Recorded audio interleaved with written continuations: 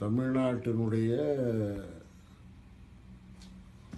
உணவு சிக்கல்களை, உணவு தேவைகளை நிறைவு செய்த அந்த உழவர் குடி, அந்த மருத நிலத்து குடிகளை இன்றைக்கு அவர்கள் தாழ்த்தப்பட்டவர்களாகவும் ஒதுக்கப்பட்டவர்களாகவும் கருதி அரசாங்கமும் பல அரசியல் கட்சி அமைப்புகளும் கருதுவது தமிழ் இனத்தையே தாழ்த்துவதாகவும் கொச்சைப்படுத்துவதாகவும் அமையும் என்பதில் மாற்று கருத்தில்லை.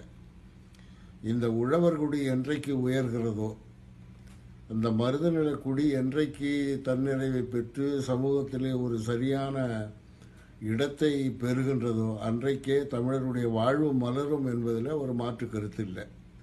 அந்த அளவில் மற்ற சமூகங்கள் இந்த மருதநில குடியை, இந்த உழவர் குடியை தங்களோடு இணைத்து கொண்டு தமிழகத்தினுடைய வரலாற்றை மாற்றி அமைப்பதற்கு என்ன செய்ய போகிறது என்பதுதான் இன்றைய கேள்வி. அந்த கேள்விக்கான விடை தமிழகத்தினுடைய பிற சமூகங்களுடைய பார்வையிலும் அவர்களுடைய சிந்தனை மாற்றங்களிலும் இருக்கிறது என்பதை நான் இந்த நேரத்தில் வலியுறுத்த கடமைப்பட்டிருக்கிறேன்.